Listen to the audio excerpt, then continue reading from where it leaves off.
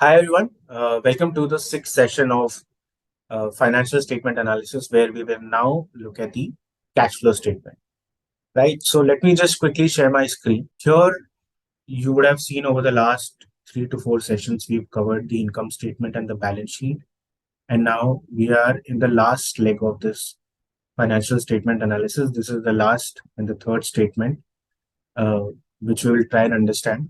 So what is a cash flow statement? Cash flow statement क्या होता है? Cash flow statement basically कुछ नहीं. It's a very simple document which mentions कि किस लाइन आइटम के लिए कितना पैसा आया और किस चीज में कितना पैसा खर्चा हुआ. Right, as simple as that.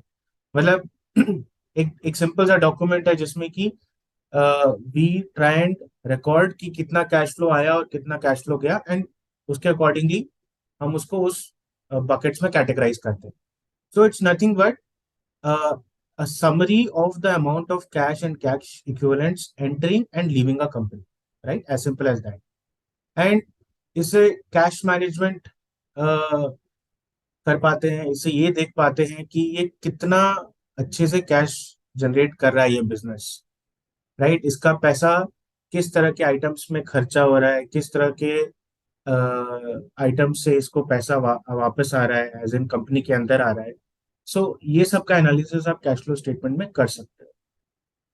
अभी कैश फ्लो स्टेटमेंट अगर आप देखोगे तो वो तीन पार्ट्स में डिवाइडेड रहता है: ऑपरेटिंग एक्टिविटीज, इन्वेस्टिंग और फाइनेंसिंग एक्टिविटीज. इनफैक्ट आप किसी भी बिजनेस के कितने भी एक्टिविटीज हो, उनको अगर बेसिकली बकेट्स में डिवाइड करोगे तो वो ये तीन बकेट्स में आएंगे. वो एक्टिविटी या तो आपके कोर ऑपरेशन से रिलेटेड होगी, जिसको कि ऑपरेटिंग एक्टिविटी कहते हैं, या तो वो एक्टिविटी आपके इन्वेस्टमेंट से रिलेटेड होगी, एज इन बिजनेस जिन चीजों में इन्वेस्ट कर रहा है, या तो वो फाइनेंसिंग रिलेटेड होगी. इसके बाहर कोई भी एक्टिविटी नहीं होती. Right, it has to be one of these three. So cash flow statement में बहुत कैटेगोरिकली तीन पार्ट्स में डिवाइड किया गया है: operating, investing and financing. So this is a sample cash flow statement from हमारा राजा बैटरीज. राइट, अभी आपका आई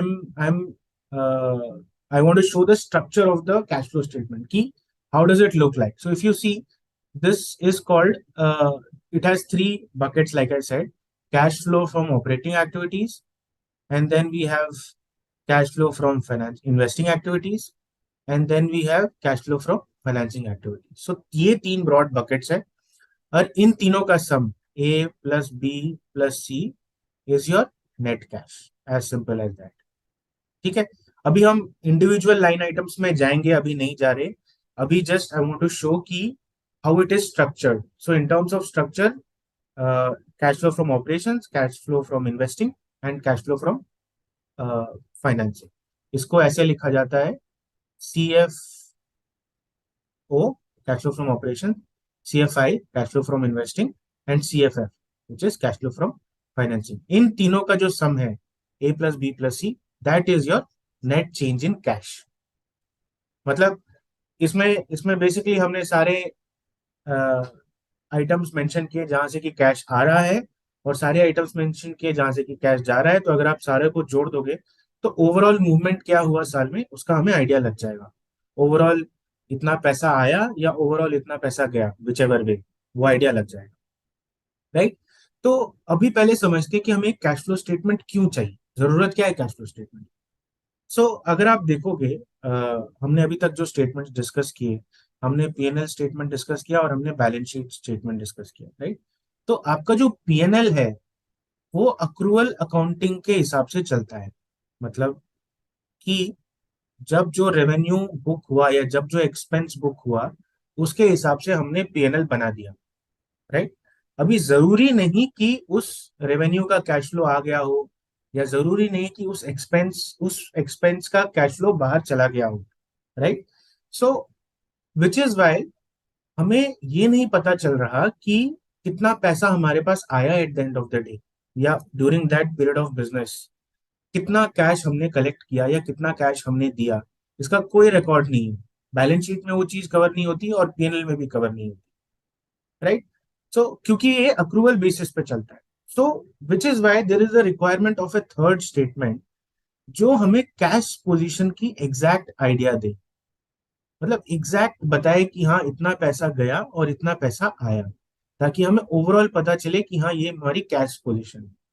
और बोलते हैं कि cash flow statement never lies, it is very difficult to lie in your capital in your cash flow statement, because आपको bank transactions होते हैं, राइट? आपने मान लो कोई एक्सपेंस बुक किया, तो आपके बैंक अकाउंट से उतना पैसा उसके बैंक अकाउंट में गया, its actual flow of cash. So that जब वो ड्यू डिलिजेंस होती है, जब ऑडिट होता है, तो उसमें वो चीज क्लियरली दिख जाती है। सो दिस इज वाई दे से कैश स्टेटमेंट नेवर लाइज, मतलब for a person who is evaluating a business, he will always look at the cash statement and say कि this is how the money is being spent. Because क्या है, PNL और balance sheet में आप numbers inflate कर सकते हो, आप बड़ा चढ़ा के नंबर्स दिखा सकते हो। जैसे मान लो आपने 10 रुपए की चीज बेची, आप उसको पीएनएल में जाके दिखाओ कि मैंने 20 रुपए में बेची। अभी किसको पता कि आपने कितने में बेची, नहीं बेची, अनलेस कि उसके रेस्पॉन्डिंग करेस्पॉन्डिंग एक कैश फ्लो स्टेटमेंट में आपको उतना कैश रिसीव हुआ, या नहीं हुआ तो रिसीवल्स हुआ, और अगर रिसीवल नहीं आया तो फिर आपने पीएनएल में उसको राइट ऑफ किया हुआ है। सो ये जो तीनों स्टेटमेंट्स हैं, ये आपको ट्रू पिक्चर दिखाती हैं किसी भी कंपनी के बारे में, but they all have to be seen together. तीनों को अगर साथ में आप देखोगे, हर स्टेटमेंट का अपना एक अलग इंपॉर्टेंस है, और तीनों को अगर आप स्टार्ट साथ में देखोगे तो आपको बिजनेस का एक ट्रू पिक्चर दिखाई दे। ठीक है। So as you can see, अभी हमने कोई सेल ट्रांजैक्शन की, रेवेन्यू बुक किया, रेवेन्यू तो रिकॉग्नाइज कर ली, बट वो उसका पैसा आया कि नहीं आया, इसका बारे में हमें कैश फ्लो स्टेटमेंट और बैलेंस शीट बताए।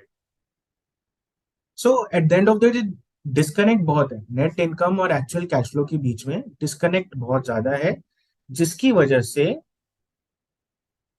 We need this third statement जो हमें एग्जैक्टली exactly बताए कि कितना कैश फ्लो आया और कितना कैश फ्लो गया।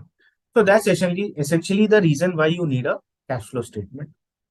अभी और क्या चीजों में हेल्प करता है ये, तो आप उससे वर्किंग कैपिटल सिचुएशन समझ सकते हो, यानी कि करंट एसेट्स करंट लायबिलिटीज की सिचुएशन को ज्यादा अच्छे से समझ सकते हो एक cash flow situation, cash flow statement देख के। दूसरा, आप ये बता सकते हो कि पैसा हाँ खर्च हो रहा है। लॉन्ग टर्म और शॉर्ट टर्म प्लानिंग की आइडिया लगती है आपको कि अगर मान लो हम लैंड खरीद रहे हैं, या हम केपेक्स खरीद रहे हैं, या प्रॉपर्टी प्लांट इक्विपमेंट खरीद रहे हैं, तो हमें पता चलता है कि बिजनेस में केपेक्स हो रहा है, यानी कि 3 4 4 साल पॉइंट ऑफ व्यू से आज इन्वेस्टमेंट हो रही है। तो लॉन्ग टर्म प्लानिंग और शॉर्ट टर्म प्लानिंग का भी आइडिया हमें कैश फ्लो स्टेटमेंट से लगता है। और तीसरी बात, चौथी बात इनफैक्ट, कि optimum level of cash balance कितना चाहिए बिजनेस को रन करने में, इसके बारे में भी हमें आइडिया लगता है। कुछ बिजनेसेस बहुत ज्यादा कैश होल्ड करती हैं, कुछ बिजनेसेस ज्यादा डेट लेती हैं, तो ये सब का आइडिया भी हमें कैश फ्लो स्टेटमेंट से पता चलता है। अभी जब हमने पीएनएल बैलेंस शीट और कैश फ्लो, जब हमारे पास, now that we are looking at the cash flow statement, अभी let's look at a very simple example, right? बहुत ही simple example. Let's say you are Mr. Chang. So there is a person called Mr. Chang, and इनका अपना noodles बनाने का business है, let's just say. ठीक है। So he on day one he is starting a business. Now here we will try and appreciate how these three statements are link together. ठीक है। तो अभी मिस्टर चैंग जो है, उन्होंने अपने पॉकेट से 100 रुपए लगाए और एक लोकल बैंक से 400 रुपए उधार लिए, which means he borrowed 400 rupees at, let's just say, 0% interest rate. So this bank was very kind enough to give him a 0% loan. कोई इंटरेस्ट नहीं देना है, आप 400 रुपए लेके जाओ। और इन्होंने अपने पॉकेट से 100 रुपए लगाया, तो टोटल 500 रुपीज के साथ ही स्टार्टेड इज बिजनेस। अभी ऑन डे वन उन्होंने जाके रॉ मटेरियल खरीद लिया, 200 रुपए का रॉ मटेरियल खरीद लिया, which can be let's say wheat or whatever he needs to make noodles. Phil, then he bought some utensils, which is basically bartan, whatever, fryer, pan, whatever he needs to, uh, you know, make noodles.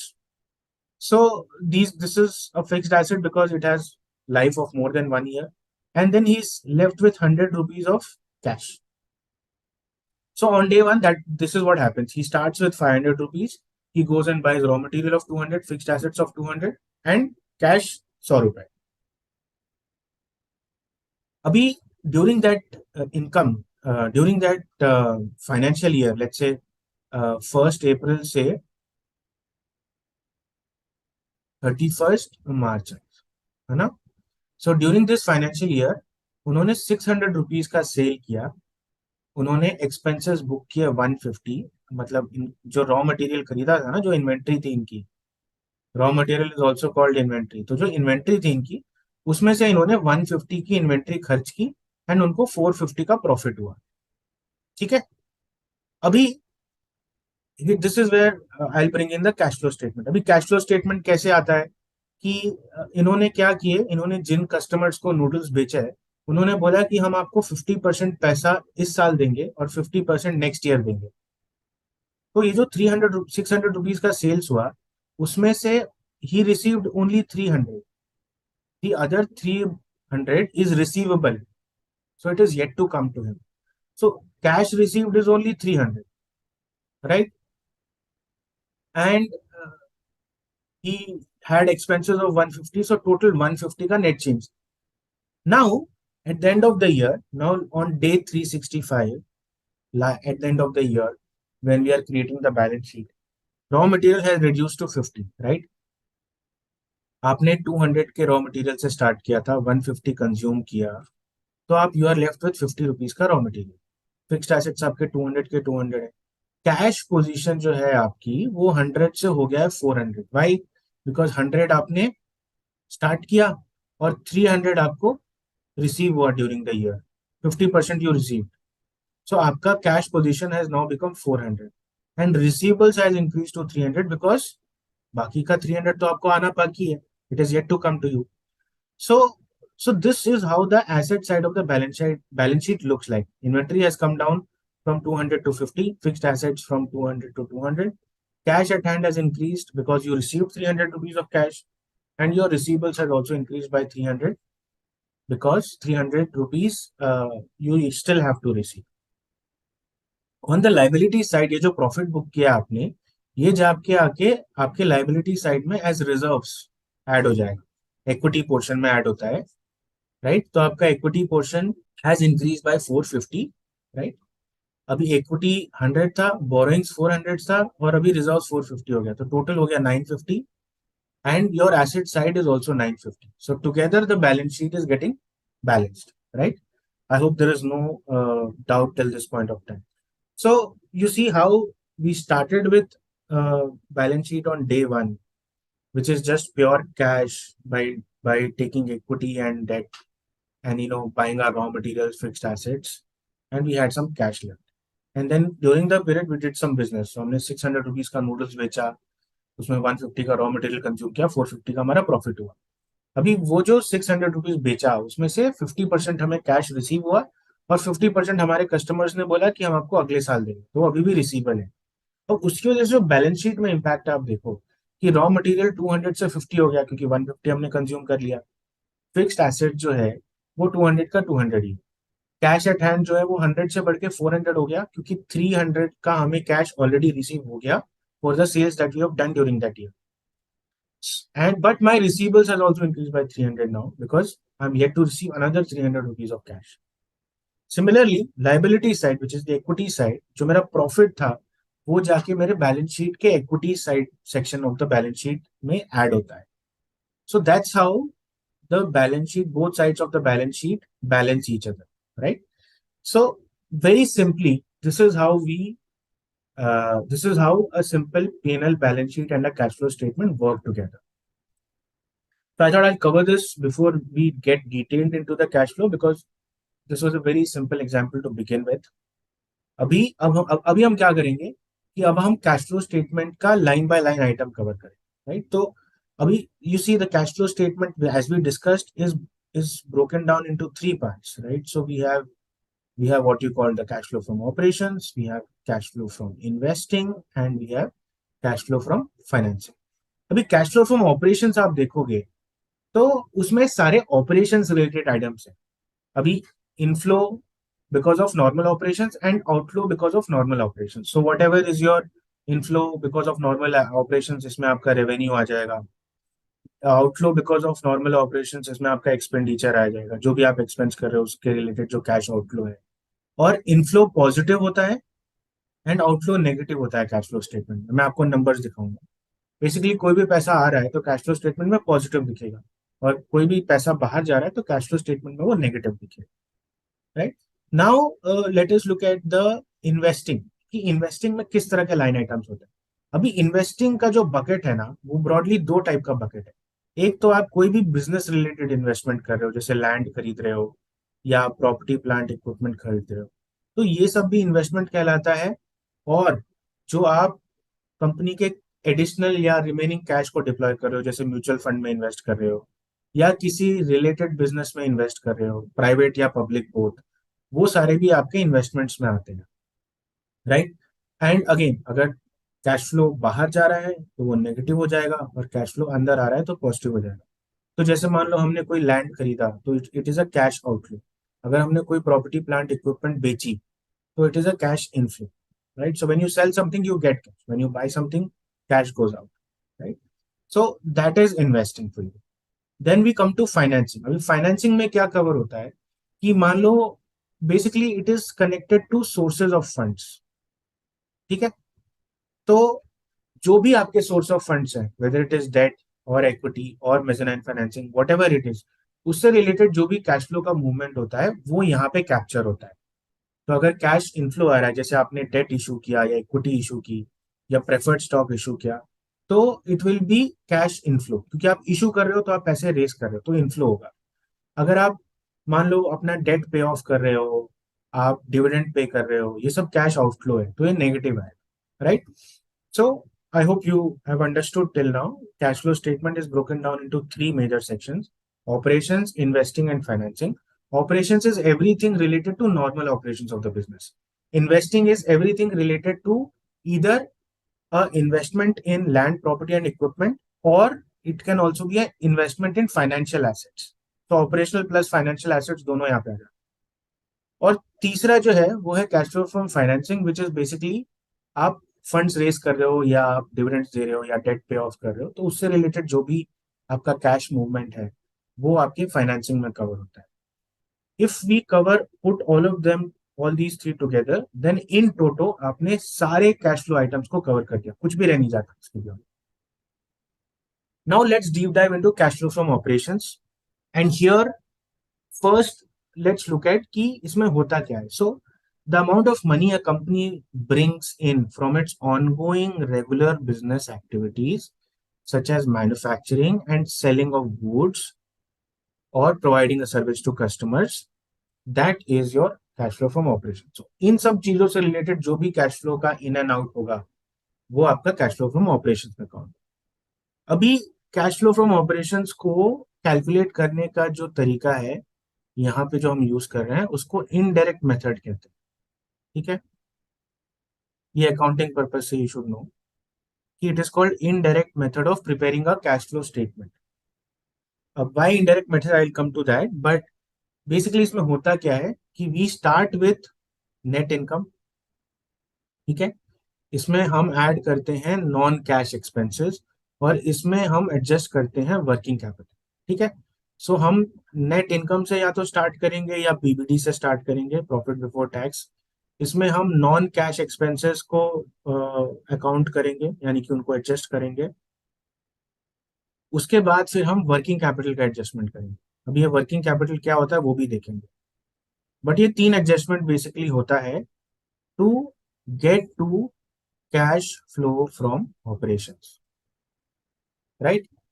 Now let's look line by line. अभी आप देखो कि ये जो हमने अमर राजा का cash flow statement लिया from operations, इसमें the starting point is something called as profit before tax. Right. Profit before tax कहाँ था? प्रॉफिट बिफोर टैक्स टैक्स पे करने से पहले का था, और इसके बाद आता है प्रॉफिट आफ्टर टैक्स। राइट। एकदम अगर आप पीएनएल स्टेटमेंट बताओगे तो let me quickly just make a PNL statement here. आपका हो गया रेवेन्यू, रेवेन्यू के बाद कॉस्ट ऑफ गुड्स सोल्ड, यहाँ से आपके आ गया ग्रॉस प्रॉफिट, ग्रॉस प्रॉफिट के बाद आपका selling general and administrative expense, all employ expenses, operational expenses सब यहाँ पे आ जाता है। तो यहाँ पे आ गया ऑपरेटिंग प्रॉफिट, ठीक है, जिसको कि हम लोग earnings before interest tax depreciation and amortisation भी कहते हैं, एबिटा। अभी यहाँ से आप पे, अभी आप डेप्रिसिएशन एंड अमोर्टाइजेशन सब्सट्रैक्ट करोगे तो आपका आ जाएगा EBIT, earnings before interest and tax. यहाँ से आप इंटरेस्ट हटाओगे और फिर आप ऐड करोगे एक्सेप्शनल आइटम्स, ठीक है।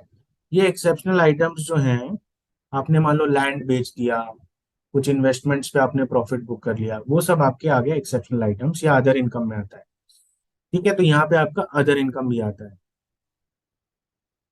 आपको मान लो इंटरेस्ट मिल गया, डिविडेंड मिल गया, वो सब अदर इनकम में आता है। यहाँ से आप आ गए ईपीबीटी, प्रॉफिट बिफोर टैक्स, फिर आपने टैक्स सब्सट्रैक्ट किया और आपका मिल गया प्रॉफिट आफ्टर टैक्स। अभी आप रिलेट कर पाओगे।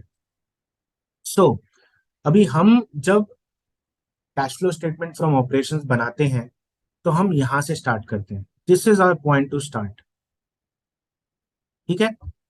आप देखो, पीबीटी से स्टार्ट किया, उसके बाद जो आप लाइन आइटम्स है, मैं एक बार लाइन आइटम्स गो थ्रू करता हूँ, फिर मैं बताता हूँ कि इस तरह से क्यों किया हमने। तो हमने डेप्रिसिएशन एंड अमोर्टाइजेशन एक्सपेंस को ऐड किया, it's a positive number which means we are adding it. अगर कोई नेगेटिव नंबर होता है which means it is a cash outflow and we are subtracting it, right, as simple as that. So हमने depreciation and amortisation expense को add किया, हमने loss या gain on sale of property plant equipment को write off किया। तो अगर आप देखो लॉस होता है तो हम उसको दिखा रहे हैं प्रॉफिट में, यानी कि अगर कोई लॉस होता है तो हम लॉस को ऐड बैक कर रहे हैं, I mean think of it that way. और अगर कोई गेन होता है तो हम उसको सब्सट्रैक्ट कर रहे हैं। आप देखो गेन के अराउंड ब्रैकेट्स है, मैं इसका लॉजिक बताऊंगा आपको। फाइनेंस कॉस्ट है, हमने उसको ऐड बैक किया है, हमने वापस से जोड़ दिया, it's a positive thing. Interest income हमने सब्सट्रैक्ट किया है, डिविडेंड इनकम हमें सब्सट्रैक्ट किया है, डेफर्ड रेवेन्यू रिकॉग्नाइज हमने सब्सट्रैक्ट किया है, ठीक है। तो अभी आप अगर ये सारी आइटम्स देखोगे, advances return of, provision for doubtful trade receivables, provision for doubtful trade receivables and advances, bad debt, bad trade receivables return of, right. अभी अगर मैं इन सारे लाइन आइटम्स को कैटेगराइज करूं तो इनको मैं दो बकेट्स में कैटेगराइज कर सकता हूँ। एक तो बोलते हैं नॉन कैश आइटम्स, ठीक है। जैसे आपका डिप्रिसिएशन एंड अमोर्टाइजेशन एक्सपेंस जो हो गया वो नॉन कैश आइटम हो गया। अभी आपको भी पता है, जब हमने एसेट खरीदा, लेट से हमने एक कार खरीदी, तो कार तो हमने 5 साल के लिए खरीदी, है ना। और हम हर साल उसको पीएनएल में एज डेप्रिसिएशन दिखाते हैं, as you know it's an accounting entry, क्योंकि एक्चुअल कैश फ्लो स्टेटमेंट तो हो नहीं रहा, ना कि एक्चुअल एक्सपेंस हो रहा है। एक्चुअल कैश फ्लो स्टेटमेंट तो जिस दिन आपने कार खरीदी उसी दिन आपने पे कर दिया, right. You paid of the amount the day you bought the car. But what you're doing now is you're depreciating this car over a period of 5 years. तो आपके पीएनएल में 5 साल तक वो डिप्रिसिएशन दिखेगा। 100 रुपए की चीज ली है तो 20-20 रुपए करके 5 साल में वो डिप्रिशिएट हो जाएगा एसेट। अभी आप, क्या वो इस साल में एक्चुअल कैश आउटफ्लो था या बस अकाउंटिंग पर्पज से लिखा गया है? तो वो बस अकाउंटिंग पर्पज से लिखा गया है, क्योंकि कार को जो हमने जो खरीदा वो तो ईयर 0 में ही हमने कैश पे कर दिया, right. So it's a non cash item. Similarly let's just say कि अभी जैसे आप बोल रहे हो कि provision for doubtful trade receivables and advances, ठीक है। अभी क्या ये प्रोविजन है फॉर डाउटफुल ट्रेड रिसीवेबल्स, ये जो ट्रेड रिसीवेबल है ये क्या आया हमारे पास? ये नहीं आया हमारे पास, बट फिर भी हमने इसको ऐड किया। ये क्या है? ये नॉन कैश आइटम। और हम इसको क्यों ऐड बैक कर रहे हैं मैं आपको बता। सो अगेन ट्रेड रिसीवर्स जो नहीं आना था उसको हमने राइट ऑफ किया, उसको हम राइट बैक कर रहे हैं। ये हमारे अगेन नॉन कैश आइटम्स आ गए। तो ये सारी जो आइटम्स है इनको आप देखोगे तो या तो ये नॉन कैश होंगे या फिर ये कैश फ्लो फ्रॉम ऑपरेशंस के लिए रेलेवेंट ही नहीं है। मतलब या तो cash flow from investing items हैं या cash flow from financing items. These do not belong to cash flow from operations. ठीक है, अभी let's go one by one. So depreciation amortization एक नॉन कैश आइटम है, तो हमने इसको ऐड बैक कर दिया। ठीक है, अभी आप देखो हम करना क्या चाह रहे हैं, मैं आपको मोटा मोटा समझाता हूँ कि अगर मान लो कि हम ये पीएनएल बनाते हैं, ठीक है, और and we live in a world जहां पे सारे ट्रांजैक्शंस कैश टू कैश हो रहे हैं, सब कुछ कैश बेसिस पे हो रहा है, यानी कि आपने रेवेन्यू बुक की तो आपको उसी टाइम कैश आ गया, आपने कोई एक्सपेंस बुक किया तो आपने उसी टाइम कैश पे कर दिया, सब कुछ हैंड टू हैंड हो रहा है, कोई रिसीवेबल पेबल का झंझट ही नहीं है। ठीक है, तो अगर मैं अपना पीएनएल इस हिसाब से बनाऊं, and if I am operating in a world where cash is paid और received instantly as and when the transaction is happening, then ये जो मेरा पैट है, profit after tax, don't you think it is a true representation of the cash from operations? अगर कुछ minor adjustments मैं कर दूं तो ये जो मेरा ऑपरेटिंग प्रॉफिट है, ये operating profit, don't you think कि ये एक ट्रू रिप्रेजेंटेशन होगा कैश फ्लो फ्रॉम ऑपरेशंस का, कि मेरी जो रेवेन्यू आनी है वो आ गई, मेरी जो एक्सपेंसेस होनी थे वो हो गए, और उसके बाद जो मेरा ऑपरेटिंग प्रॉफिट बच रहा है टैक्स को हटाकर, that is in true sense my cash flow from operations.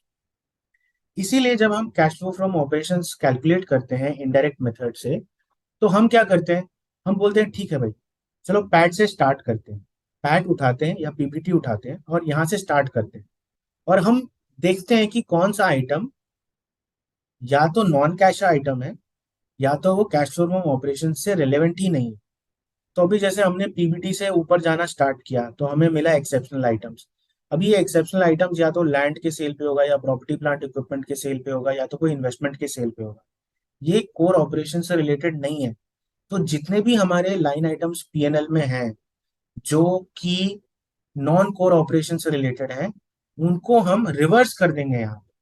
मतलब अगर हमने यहाँ पे सब्सट्रैक्ट किया है तो हम यहाँ पे उसको एड बैक कर देंगे, और अगर हमने यहाँ पे ऐड किया है तो हम उसको यहाँ पे सब्सट्रैक्ट कर देंगे। समझ पाएंगे आपको, क्योंकि वो कैश फ्लो फ्रॉम ऑपरेशन से रिलेवेंट नहीं है, बट पैट में तो दिखता है, पीबीटी में उसका इफेक्ट आ रहा है, तो पीबीटी में जो उसका इफेक्ट है हम उसको रिवर्स कर रहे हैं।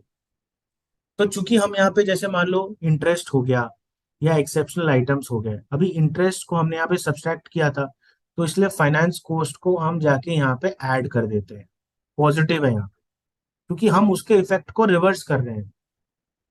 एक्सेप्शनल आइटम कोई भी हो, अगर मान लो हमने कोई प्रॉफिट बुक किया, जैसे लॉस या gain of sale of property, अगर लॉस होगा तो पीएनएल स्टेटमेंट में माइनस दिखेगा क्योंकि वो लॉस है, तो हम यहाँ पे आके उसको ऐड कर देंगे, हम उसके इफेक्ट को रिवर्स कर रहे हैं, राइट। ठीक, फिर हम एबिटा तक पहुंचेंगे, एबिट पहुंचने के बाद डेप्रिसिएशन आएगा, डेप्रिसिएशन अमोर्टाइजेशन जो है वो नॉन कैश है, तो उसके इफेक्ट को भी रिवर्स करना हो पड़ेगा। तो हमेशा जो डेप्रिसिएशन अमोर्टाइजेशन आप देखोगे हम एड बैक करते हैं, क्योंकि ये नॉन कैश आइटम है। अभी मान लो कोई भी provision for doubtful debt, provision for doubtful debt in your PNL is a negative item, क्योंकि वो एक लॉस है। तो जब आप उसको कैश फ्लो स्टेटमेंट लिखोगे तो आप उसको रिवर्स करोगे, आप यहाँ पे प्रॉफिट प्रॉफिट दिखा रहे, देखो इट्स लाइक अ प्लस 2.07, क्योंकि आप उसको एड बैक कर रहे हो, आप उसके आपने पीएनएल में जो पैट पीपीटी पे जो इफेक्ट क्रिएट किया था उसको रिवर्स कर रहे हो सिंपली। ठीक है, ये सब करने के बाद हम सारे एडजस्टमेंट्स करने के बाद पहुंचते हैं ऑपरेटिंग प्रॉफिट पे। ठीक है, सो ये जो मेरा operating profit before working capital changes है, आप देखोगे ये जो नंबर है ना, ये आपके ऑपरेटिंग प्रॉफिट से बहुत ज्यादा मैच करना चाहिए। It should be very similar, these two numbers, थोड़ा मोटा डिफरेंस रहेगा बट मोटा मोटा should be in the same range, क्योंकि आप ये सारे एडजस्टमेंट्स कर जो आपने पीएनएल में ये सब एडजस्टमेंट्स करके पीपीटी पे गए थे, अब आप वही एडजस्टमेंट्स को रिवर्स करके वापस ऑपरेटिंग प्रॉफिट पे पहुंच रहे हो मोटा मोटा। ठीक है, इसके बाद अभी हम ऐसे एनवायरनमेंट में तो रहते नहीं कि जहाँ पे सारे ट्रांजैक्शन कैश टू कैश हो रहे हैं। अगर हम रेवेन्यू भी बुक कर रहे हैं तो हमारा कैश नहीं आ रहा, पूरा कैश नहीं आ रहा, बाद में आएगा। अगर हम एक्सपेंस भी बुक कर रहे हैं तो हम सारा कैश अभी पे नहीं कर रहे हैं, कुछ एक्सपेंस हम बाद में पे करेंगे। तो ये जो वर्किंग कैपिटल के जो एडजस्टमेंट्स है ना, इसको अब हम करेंगे। अब हम इसके ऊपर जाएंगे और इन एडजस्टमेंट्स को करेंगे। जैसे मेरे अगर रिसीवेबल रिलेटेड कोई एडजस्टमेंट्स है, यानी कि पैसा आना है उससे रिलेटेड, मैंने रेवेन्यू तो बुक कर दी बट आया नहीं, तो वो एडजस्टमेंट है। इन्वेंट्री से रिलेटेड एडजस्ट, कोई भी करंट एसेट से रिलेटेड एडजस्टमेंट है वो यहाँ पे आ गया। कोई भी करंट लाइबिलिटी से रिलेटेड एडजस्टमेंट है वो यहाँ आ गया।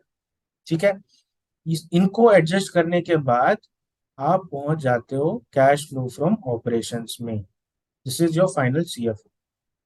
सो अगर मैं फंडामेंटली आपको लॉजिकली समझाऊं तो हमने किया क्या। हमने बोला कि लेट अस इमेजिन कि सारे transaction cash to cash basis पे हो रहे हैं। तो let us so so let us start with PBT. क्योंकि और पीबीटी में फिर हम क्या करेंगे, जो नॉन कैश आइटम्स हैं, यानी कि उन उन आइटम्स से रिलेटेड कोई कैश ट्रांजैक्शन हुआ ही नहीं, तो उनको तो रिवर्स करना पड़ेगा ना। क्योंकि कोई न कैश गया न कैश आया। अभी पीएनएल में हमने सब्ट्रैक्ट कर दिया है तो उसको रिवर्स कर देंगे कैश फ्लो स्टेटमेंट में। ठीक है। और डिप्रिसिएशन एमोर्टाइजेशन कैश तो आइटम था ही नहीं, तो उसको रिवर्स कर देंगे। हमने इंटरेस्ट बुक किया, पर इंटरेस्ट जो है वो कैश फ्लो फ्रॉम ऑपरेशन से रिलेटेड नहीं है, वो कैश फ्लो फ्रॉम फाइनेंसिंग से रिलेटेड है। तो उसको यहाँ पे हम एड बैक कर देंगे और उसको वहां पे लेके जाएंगे। वो मैं दिखाऊंगा आपको कि आपका जो फाइनेंस कॉस्ट है वो आपके कैश फ्लो फ्रॉम फाइनेंसिंग में जाना चाहिए। तो आप उसको यहाँ पे ऐड बैक करते हो क्योंकि आप उसको एडजस्ट कर रहे हो। इतना होने के बाद हम पहुंच जाते हैं cash flow profit before working capital. अब चूंकि हम उस आइडियल वर्ल्ड में नहीं रहते, हमारे रिसीवेबल्स भी हैं, पेबल्स भी हैं, तो उनका एडजस्टमेंट भी करना पड़ेगा। तो फिर हम वर्किंग कैपिटल के लिए भी एडजस्ट करते हैं। ठीक है। कि and then we reach the cash flow from operations, right. So आप देखो ये सारे एडजस्टमेंट्स होते हैं। Depreciation is added back, finance cost is added back, और non core operating income is subtracted और एडेड बैक डिपेंडिंग कि वो एक्सपेंस है या प्रॉफिट है। And then changes in working capital. ये मोटा मोटा चार चेंजेस आप, चार एडजस्टमेंट्स करते हो on profit before tax, and then you reach your cash flow from operations. So I hope आपको ये चीज अच्छे से समझ में आ गई हो। ये कैश फ्लो स्टेटमेंट का सबसे कॉम्प्लेक्स पार्ट है, इससे ज्यादा चीजें कॉम्प्लेक्स है ही नहीं, राइट। एंड लॉजिकली आप समझो तो हम बेसिकली ये पता लगाने की कोशिश कर रहे हैं कि भाई actual cash flow from operations कितना हुआ। हमें रियल कैश फ्लो चाहिए, हमें पीएनएल के हिसाब से नहीं चाहिए। तो हम क्या करते हैं, हम पीएनएल से स्टार्ट करते हैं और हम पीएनएल को एडजस्ट करना स्टार्ट करते हैं। हम पीपीडी से स्टार्ट करके वो सब एडजस्टमेंट्स करते हैं जो या तो कैश फ्लो आइटम थे ही नहीं, या कैश फ्लो फ्रॉम ऑपरेशंस के लिए रेलेवेंट नहीं है। इतना करने के बाद फिर हम वर्किंग कैपिटल चेंजेस करते हैं और then we reach to the cash flow from operations, right. So I will reiterate, depreciation is always added back because depreciation is a non-cash expense, which means it needs to be added back to the cash flow statement in the operating activities section alongside other expenses such as amortization and depletion. ठीक है। Finance cost is also added back because this is not relevant to CFO. It is relevant to cash flow from financing. इसके बाद आता है आपका all non core operating income. तो अगर आपने मान लो कोई डिविडेंड रिसीव किया तो आप उसको सब्सट्रैक्ट कर दोगे। ठीक है। क्यों करोगे, क्योंकि आपका जो पीबीटी है वो, उसमें डिविडेंड जुड़ा हुआ है। क्योंकि आपने पीएनएल बनाया तो यहाँ पे प्लस डिविडेंड किया। तो अभी आप कैश फ्लो स्टेटमेंट बनाओगे तो उसको उसमें से वापस डिविडेंड हटा दो, राइट। एक तरफ ऐड किया एक तरफ सब्सट्रैक्ट किया तो आप उसका इफेक्ट निल हो गया। इस तरह से ये सारे एडजस्टमेंट्स होते हैं। Loss on sale of assets, gain on sale of assets, ये एडजस्टमेंट करने के बाद फिर आपका बचता है लास्ट में वर्किंग कैपिटल एडजस्टमेंट। और उसके बाद फिर आता है आपका cash flow from operation. I hope line item wise नहीं भी समझ में आया हो, बट आपको मोटा मोटा सारे थॉट प्रोसेस समझ में आया कि हाँ हम ये एडजस्टमेंट्स क्यों कर रहे हैं, हम इस चीज को क्यों सब्सट्रैक्ट कर रहे हैं, इस चीज को क्यों ऐड कर रहे हैं, या वर्किंग कैपिटल को क्यों चेंज कर रहे हैं, राइट। अभी मैं सिंपल सा आपको पहले वर्किंग कैपिटल समझा। ठीक है। बहुत सारे लोगों को आप जो स्पेशली फाइनेंस के लोग नहीं है उनको नहीं पता होगा कि ये वर्किंग कैपिटल क्या होता है। तो I will take a very simple example. Working capital में तीन कंपोनेंट आते हैं आपके। एक हो गया आपकी इन्वेंट्री, दूसरे हो गया आपके रिसीवेबल्स, तीसरा हो गया आपका पेबल। ठीक है। इन्वेंट्री जो आपने या तो खरीदी या मैन्युफैक्चर की फिनिश्ड गुड्स के फॉर्म में आपके वेयरहाउस में पड़ी है, it is lying in your warehouse, इधर in the form of work in progress और फिनिश्ड गुड्स और raw material. It's on inventory, it is lying in your workshop और warehouse. Second is receivables. Receivables मतलब आपने कोई sale transaction किया और आपको अभी तक कैश नहीं आया तो आपका रिसीवेबल है। पेबल मतलब आपने कोई एक्सपेंस बुक किया बट आपने अभी तक कैश पे नहीं किया तो आपका पेबल है, क्योंकि आपको उसको पे करना है। ये तीनों से बनता है वर्किंग कैपिटल। अभी मैं लॉजिक समझाता हूँ। जैसे मान लो आप बिजनेस में हो, आपका एक वेंडर है जिससे आप रॉ मटेरियल खरीदते हो, आपका एक कस्टमर है बी जिसको आप बेचते हो फिनिश्ड गुड। अभी मान लो आपका वेंडर आपको बोलता है कि मैं आपको 30 दिन में आपको मुझे पैसे देने हैं, सो मैंने आज जो आपको रॉ मटेरियल बेचा है उसका आपको मुझे 30 डेज में पे करना है कैश। अब आपने कस्टमर को एंड प्रोडक्ट बेचा, कस्टमर आपको बोलता है कि मैं तुमको 60 डेज में कैश दूंगा। ठीक है। एक तरफ आपको आपको अपने वेंडर को 30 डेज में कैश रिटर्न करना है, दूसरी तरफ से कस्टमर आपको 60 डेज में कैश देगा। तो देखो यहाँ पे मिसमैच है। ठीक है। अभी आपके पास मान लो अगर पैसे नहीं है reserve, if you don't have reserve to pay him, then you are basically defaulting on your payment to your vendor, to which your vendor can take offence too. Right, that's not the right way to do business. So आपको एक कुछ reserve रखना पड़ेगा, क्योंकि आपका बीच में cash flow mismatch हो रहा है। इधर आपको 30 दिन में लौटाना है बट आपको 60 दिन में मिल रहा है। ठीक है। उसके बाद आपकी कुछ इन्वेंट्री भी है जो आपके खुद के वेयर हाउस में पड़ी है, यहाँ पे भी कुछ पैसा अटका हुआ है जो अभी तक बेचा नहीं है आपने। ठीक है। तो ये तीनों को मिलाकर आपका वर्किंग कैपिटल होता है। It's a cycle. साइकिल कैसे काम करती है आप देखो। आपने रॉ मटेरियल खरीदा, उसको इन्वेंट्री में कन्वर्ट किया, इन्वेंट्री को बेचा कस्टमर को, कस्टमर से आपको कैश आया, उस कैश को ले जाके आपने पे किया अपने वेंडर को। ये एक साइकिल है, इधर से पैसा मिलता है उधर आप पैसा देते हो, ये चलता रहता है। तो इस बिजनेस को चलाने के लिए जो कैश रिक्वायरमेंट है उसको बोलते हैं वर्किंग कैपिटल।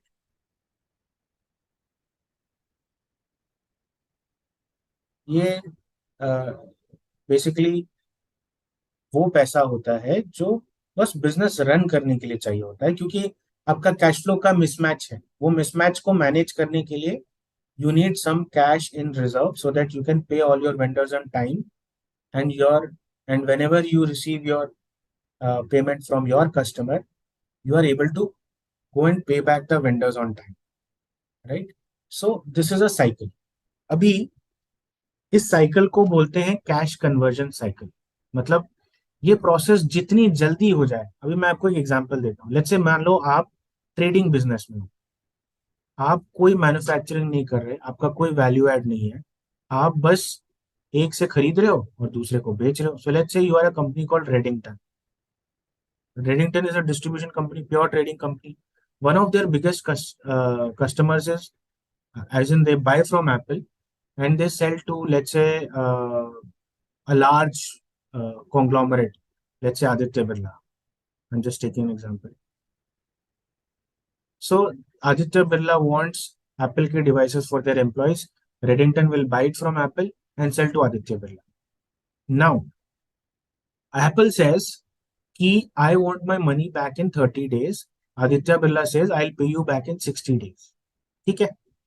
तो ये जो वर्किंग कैपिटल है, अभी ये जो पैसा आपको जो बीच में, और इस बीच आपकी कुछ इन्वेंट्री भी होगी, तो इसको इस तरह से देखा जाता है कि आपकी जो कैश कन्वर्जन साइकिल है वो days inventory outstanding plus days sales outstanding minus days payable outstanding. ठीक है। अभी मैं बताता हूँ ये फॉर्मूला कैसे आया। पहले समझते हैं कि डेज इन्वेंट्री आउटस्टैंडिंग क्या है।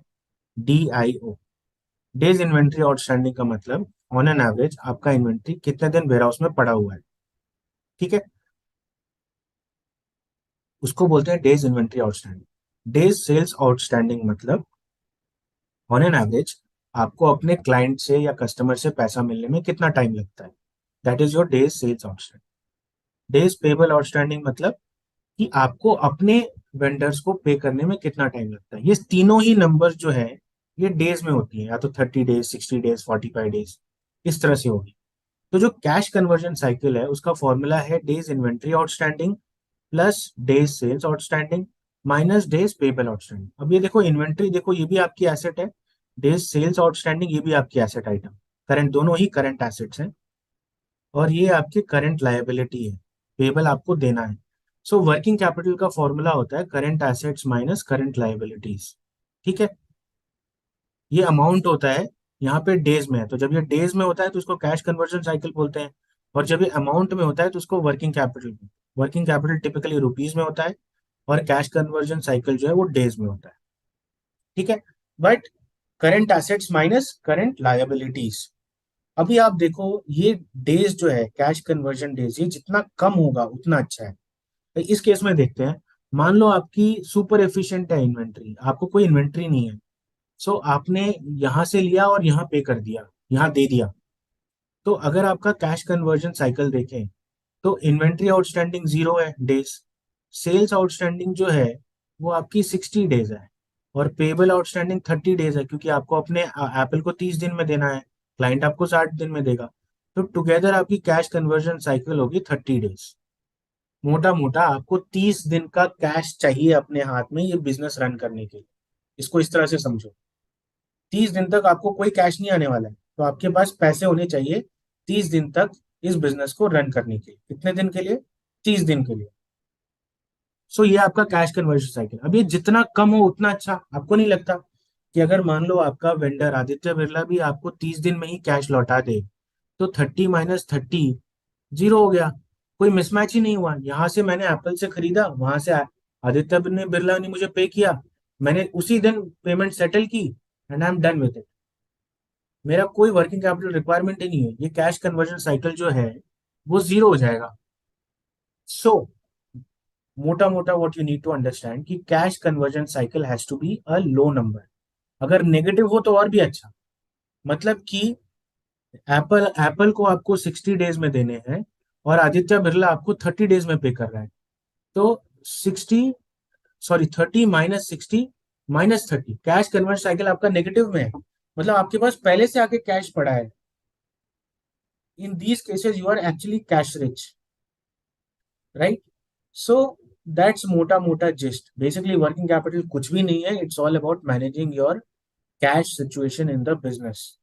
अभी जैसे मैं आपको एक एक्सट्रीम एग्जांपल देता हूँ, कुछ कुछ कंपनीज होती हैं, उनके जो क्लाइंट्स होते हैं वो गवर्नमेंट होती है, और गवर्नमेंट क्या है, पैसे टाइम पे नहीं देती। I mean they take like 5 months 6 months to return your money even after you have delivered the service. So imagine आपके पास 6 months तक कैश नहीं आ रहा है, but you still have to pay your vendors, you still have to buy raw material. उसके लिए पैसा कहाँ से आएगा? या तो इक्विटी से आए या तो डेट से आए।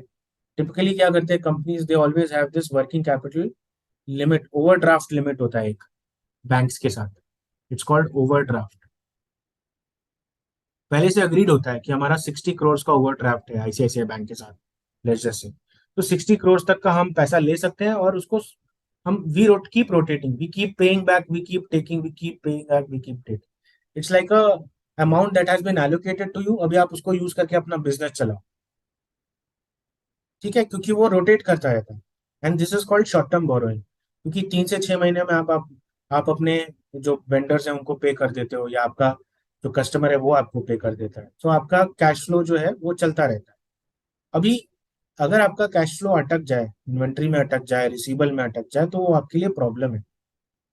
फिर आप जाओगे बैंक से, बोलोगे हमें और ओवरड्राफ्ट चाहिए, आप लोन बढ़ा दो, तो फिर इंटरेस्ट पेमेंट बढ़ जाए, राइट? तो अगर किसी भी बिजनेस में बहुत ज्यादा रिसीवेबल डेज है या इन्वेंट्री डेज है, so then you need to have a deeper look at the business, right, and try and get one level deep कि भाई इतना इन्वेंट्री क्यों ज्यादा है, is it a genuine problem और it is a business related problem, right? और and then take a call whether you should invest in that business और not. Trading businesses में सारा का सारा कैपिटल ही वर्किंग कैपिटल में चला जाता है, क्योंकि उनको तो कोई मैन्युफैक्चरिंग नहीं करनी होती, उनको कोई प्लांट नहीं खरीदना, उनको कोई रॉ मटेरियल नहीं खरीदना। So pure trading businesses like Redington, वहाँ उसमें आप देखोगे उनके जो एनालिसिस होती है, उसमें अगर आप कोई रिपोर्ट्स पढ़ोगे तो उनकी analysis most of the time will focus on working capital, कि भाई मेरा रिसीवेबल डेज कितना है, मेरा पेबल डेज कितना है, क्योंकि बिजनेस में वही इन्वेस्ट हो रहा है और आपको कुछ भी चीज के लिए पैसा नहीं चाहिए। जो भी आपका मनी रिक्वायरमेंट है, that is entirely to manage your working capital, right. So I hope this is very clear. अभी अगर आपके रिसीवेबल्स बढ़ जाते हैं तो ऑब्वियसली आपका जो कैश फ्लो है वो कम हो जाएगा। रिसीवेबल बढ़ने का मतलब ही है कि आपको आपके क्लाइंट ने पैसे नहीं दी, तो आपका कैश फ्लो जो है वो कम हो गया। और इन्वेंट्री जितनी कम होगी उतना अच्छा, क्योंकि आपने कम पैसा वहां पे लॉक किया हुआ है, तो that will lead to a better cash flow situation. So lesser cash gets blocked, which means better cash flow situation. Higher the payable, less is the cash out. तो आपको देना है पैसा, जितना ज्यादा पैसा देना होगा उतना अच्छा, क्योंकि आपने अभी तक कैश दिया नहीं है, तो आपके आपका कैश आपके बैंक अकाउंट में पड़ा है, तो आपका working capital requirement to that extent कम हो जाएगा, right? तो टिपिकली आप देखोगे कि जितने ज्यादा आपके करंट एसेट्स है ना, आपका जो कैश कन्वर्जन साइकिल है उतना बढ़ जाएगा, और जितने आपके पेबल्स हैं, कैश कन्वर्जन साइकिल उतने से कम हो जाएगा। इसका यही सिंपल फंडा है इस फॉर्मूला का। तो कैश कन्वर्जन साइकिल का formula days inventory outstanding plus days sales outstanding minus days payable outstanding, simple सी बात है। सो आई होप इतना क्लियर है। Now let's get into understanding these things in a better way. I think यहाँ पे इसी चीज को बहुत अच्छे से समझाया है कि मान लो अगर आपके करंट एसेट्स हैं, तो अगर आपकी इन्वेंट्री बढ़ जाती है तो आपका कैश फ्लो पे नेगेटिव इफेक्ट पड़ेगा। क्यों? क्योंकि आपका इन्वेंट्री जो लॉक्ड अप है, अभी मान लो आपके पास 10 करोड़ का इन्वेंट्री था, अभी मान लो 20 करोड़ का इन्वेंट्री हो जाए, 30 करोड़ का इन्वेंट्री हो जाए, वो पैसा आपके वेयर वो इन्वेंट्री आपके वेयर हाउस में पड़ी हुई है, वो तब तक कैश में कन्वर्ट नहीं हो रही जब तक आप उसको सेल में कन्वर्ट ना करो। सेल में कन्वर्ट होने के बाद भी कुछ रिसीवेबल डेज होंगे। सो आप देखो, जितना ज्यादा पैसा इन्वेंट्री में लॉक्ड है, आप जितनी ज्यादा इन्वेंट्री बढ़ाओगे, आपका कैश फ्लो सिचुएशन उतना पुअर होता जाएगा। And opposite is also true. अगर आप अपने करंट एसेट्स कम रखते हो, रिसीवेबल्स कम रखते हो, इसका मतलब आप कैश टाइम पे कलेक्ट कर रहे हो, तो आपका कैश फ्लो सिचुएशन इंप्रूव कर जाएगा। ठीक है। तो करंट एसेट्स के साथ देखना, it works the other way around. So current assets and cash flow work inversely proportional. I hope you understand this. Inversely proportional चलता है। सो करंट एसेट्स बढ़ेंगे तो कैश फ्लो कम होगा, करंट एसेट्स घटेंगे तो cash flow बढ़ेगा। ठीक है। Current liabilities on the other hand works hand in hand. Current liabilities too, अगर आपका ट्रेड पेबल बढ़ रहा है, इसका मतलब आपको पैसे देने हैं, आपने अभी तक दिए नहीं, इसका मतलब वो पैसे आपके बैंक अकाउंट में है, मतलब कैश फ्लो स्टेटमेंट इंप्रूव हो रहा है, राइट। और अगर ट्रेड पेबल्स करंट लाइबिलिटीज कम होती है तो आपकी कैश फ्लो सिचुएशन भी कम होगी। क्यों? अगर आप मान लो ट्रेड पेबल कम हो रहा है, मतलब आपने पैसे दे दिए, पैसे दे दिया मतलब कैश चला गया, तो आपका कैश फ्लो सिचुएशन थोड़ा कम हो गया, राइट। तो ये करंट एसेट जो है वो इन्वर्सली प्रोपोर्शनल चलता है कैश फ्लो के, एंड करंट लाइबिलिटीज जो है वो प्रोपोर्शनल चलता है। करंट लाइबिलिटीज बढ़ेंगी तो कैश फ्लो बढ़ेगा, करंट लाइबिलिटीज घटेंगी तो कैश फ्लो घटेगा, राइट। आई होप आपको लॉजिक समझ में आ गया हो। अभी मैं चलता हूं वापस से यहाँ पे। ठीक है। तो अभी आप देखो यहाँ पे, ये हमारे करंट एसेट्स हैं, राइट। सो ये हमने जब वर्किंग कैपिटल एडजस्टमेंट किया, तो ये मेरे ट्रेड रिसीवेबल से रिलेटेड जो एडजस्टमेंट है। अभी ट्रेड रिसीवेबल जो है, आप ये ब्रैकेट पे ध्यान देना, अगर इंक्रीज करता है तो नेगेटिव होगा। तो ट्रेड रिसीवेबल इंक्रीज करना मतलब कि मेरा रिसीवेबल बढ़ रहा है, मतलब करंट एसेट्स बढ़ रहे हैं, तो कैश पोजीशन पे नेगेटिव इम्पैक्ट पड़ेगा। तो देखो यहाँ पे ये -4.69 है, क्योंकि नेगेटिव इम्पैक्ट है। सिमिलरली इन्वेंट्रीज जो है, अगर मेरा बढ़ता है तो कैश पोजीशन पे नेगेटिव इम्पैक्ट आएगा, -365। अदर एसेट सिमिलरली अगर बढ़ता है तो -6.85। मतलब आप देखो, ये करंट एसेट्स इनके बड़े हैं, इसलिए तीनों ही लाइन आइटम नेगेटिव इम्पैक्ट है cash flow statement. On the other hand liability side आप देखोगे, तो जब आपकी लाइबिलिटीज इंक्रीज होती है तो आपका कैश पोजीशन भी इंप्रूव होता है। इसलिए देखो, इंक्रीज के लिए हमने नेगेटिव यूज नहीं किया, जबकि इंक्रीज में यहाँ पे ब्रैकेट यूज किया, मतलब नेगेटिव यूज किया। ठीक है। सो आई होप अब आप उस चीज को एक्चुअल कैश फ्लो स्टेटमेंट से रिलेट कर पा रहे हो। प्लीज आप एक कैश फ्लो स्टेटमेंट खोलो और आप उसमें देखो कि करंट एसेट्स का मूवमेंट कैसा है और उससे उसके कैश फ्लो पे क्या इम्पैक्ट है। करंट एसेट्स मेरे बढ़ रहे हैं तो कैश फ्लो पे नेगेटिव इंपैक्ट होगा, करंट एसेट्स मेरे घट रहे हैं तो कैश फ्लो पे पॉजिटिव इंपैक्ट होगा। सिमिलरली करंट लाइबिलिटीज मेरी बढ़ रही हैं तो कैश फ्लो पे पॉजिटिव इंपैक्ट होगा, और करंट लाइबिलिटीज घट रही हैं तो कैश फ्लो पे नेगेटिव इंपैक्ट होगा। तो आई होप ये सारा कुछ क्लियर है। इतने तक में हमने cash flow from operations cover कर लिया है। कैश फ्लो फ्रॉम ऑपरेशंस को मैं फिर से रिवाइज कर देता हूँ। बेसिकली सीएफओ जो है ना हमारा, उसमें हम स्टार्ट करते हैं प्रॉफिट बिफोर टैक्स से, और फिर हम उसमें एडजस्टमेंट करते हैं नॉन कैश एक्सपेंसेस की। मतलब जो जिससे रिलेटेड कोई कैश फ्लो हुआ ही नहीं तो उनको एडजस्ट कर लेते हैं। फिर हम उन चीजों को एडजस्ट करते हैं जो कि not relevant to cash flow from operations. जैसे कि आपके फाइनेंस कॉस्ट हो गए, सेल ऑफ प्रॉपर्टी हो गया, सेल ऑफ इक्विपमेंट हो गया। ये सब आपके ऑपरेशन से रिलेटेड नहीं है, ये सब या तो इन्वेस्टिंग से रिलेटेड है या फाइनेंसिंग से रिलेटेड, जो हम आगे कवर करेंगे। तो हम ये सारे एडजस्टमेंट्स कर दे रहे हैं। ठीक है। इसके बाद फिर हम करेंगे वर्किंग कैपिटल के एडजस्टमेंट्स। ठीक है। ये तीन एडजस्टमेंट्स करने के बाद हमारा आ जाएगा कैश फ्लो फ्रॉम ऑपरेशंस। इसी को बोलते हैं हम indirect method of CFO calculation. ठीक है। वर्किंग कैपिटल आपने देखा, वर्किंग कैपिटल की में तीन चीजें होती हैं। एक होता है आपका current current assets minus current liabilities. Current assets में होते हैं आपके इन्वेंट्री, और आपके होते हैं रिसीवर्स। करंट लाइबिलिटीज में होते हैं आपके पेएबल्स। इसी के करस्पॉन्डिंग कैश कन्वर्जन साइकिल है, कैश कन्वर्जन साइकिल सीसीसी। तो days receivable outstanding, which is days sales outstanding बोलते हैं, डीएसओ भी बोलते हैं, plus days inventory outstanding minus days payable outstanding. ठीक है, सेम मोटा मोटा सेम लॉजिक है। ये आपको डेज में मिलेगा और ये आपको रुपीज में मिलेगा या डॉलर में मिलेगा, जिसमें भी आप कैलकुलेट कर रहे हो। तो यहाँ से अमाउंट मिल जाता है और यहाँ से डेज मिल जाता है। अभी बोथ ऑफ दीज जितना कम हो, lesser the better, because you are more efficient then. So from an investors point of view, अगर आप किसी बिजनेस को एनालाइज कर रहे हो तो आप उसके वर्किंग कैपिटल एफिशिएंसी देखोगे। दो बिजनेसेस के वर्किंग कैपिटल एफिशिएंसी कंपेयर करके बोलोगे कौन सा मैनेजमेंट अपने पैसे को टाइम पे कलेक्ट कर पा रहा है, कौन सा मैनेजमेंट अपने पैसे को ज्यादा देर लगा के दे पा रहा है। राइट। तो जिसका वर्किंग कैपिटल ज्यादा अच्छा होगा उसके ऑपरेशंस उतने एफिशिएंट है। Right. So coming back to operations, क्योंकि ये सारा ऑपरेशंस रिलेटेड चीज है। हमारी सीएफओ वाली जो चीज है, आपका पैसा जितनी जल्दी आप रोटेट कर पा रहे हो उतना अच्छा है आपके बिजनेस के लिए। तो one of the ways to जज मैनेजमेंट, लोग बोलते हैं मैनेजमेंट को कैसे जज करते हैं। मैनेजमेंट को जज करने का एक तरीका है, आप देखो कि उसका वर्किंग कैपिटल कितना एफिशिएंट है। बहुत सारे बिजनेसेस में री रेटिंग इसी वजह से आती है कि the business has been able to significantly reduce its, let's say, receivables or inventory days, and drastic change to ROC because of this working capital। क्योंकि अभी आपके बिजनेस में कैपिटल रिक्वायरमेंट कम है, तो अगर आप सेम प्रॉफिट कमा रहे हो और कम कैपिटल कंज्यूम कर रहे हो तो आपकी आरओसी बढ़ जाएगी। आरओसी बढ़ने से बिजनेस में री रेटिंग होती है। राइट। जिसकी वजह से फिर वो स्टॉक मल्टी बैगर स्टॉक बन जाता है। सो वर्किंग कैपिटल एनालिसिस बहुत ही ज्यादा इंपॉर्टेंट है। आप किसी भी बिजनेस को स्टडी करो, वर्किंग कैपिटल प्लीज स्टडी करना। और वर्किंग कैपिटल स्टडी करने जाओगे तो इनवेरिएबली तीन चीजें आई जाएंगी: days receivable outstanding, days inventory outstanding and days payable outstanding.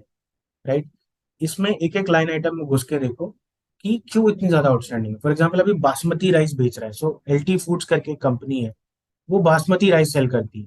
तो उनको ना बासमती राइस को एज करना होता है, वो एजिंग चलती है 18 से 24 महीने, 18 से 24 मंथ्स की एजिंग होती है।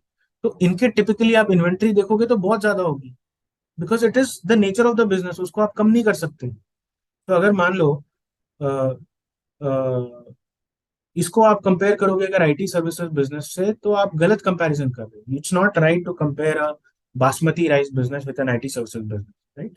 सो you will compare a basmati rice with another rice brand and then see कि अच्छा यहाँ पे उसमें से फिर कौन सा अच्छा ज्यादा इन्वेंट्री को मैनेज कर पा रहा है। राइट। सो उस तरह का कंपैरिजन आप कर सकते हो अगर आप वर्किंग कैपिटल को अच्छे से समझते हो। Now let's look at cash flow from investing activities. This is a slightly more easier section of the cash flow statement. अभी cash flow from investing item activities जो है, इसमें आता है आपका कैश जनरेटेड और spent relating to investing activity. Okay, अभी investing activities आपकी कौन कौन सी हैं? जैसे आपने कोई फिजिकल एसेट्स खरीद लिए, लैंड खरीद लिया, आपने प्रॉपर्टी प्लांट इक्विपमेंट खरीद लिया, ये सब आपकी फिजिकल एसेट्स हैं। या आपने इन्वेस्टमेंट इन सिक्योरिटीज या सेल ऑफ सिक्योरिटीज की, जैसे आपने कोई कंपनी में इन्वेस्ट कर दिया, उसकी इक्विटी खरीद ली, या आपने डेट खरीद लिया, राइट? तो इस तरह के जो भी आपके इन्वेस्टमेंट्स होंगे वो आपके सेल ऑफ सिक्योरिटीज और एसेट्स में आ जाएंगे। ठीक है, तो अगर आप अभी कैश फ्लो फ्रॉम इन्वेस्टिंग देखो तो it is basically a sum of three components.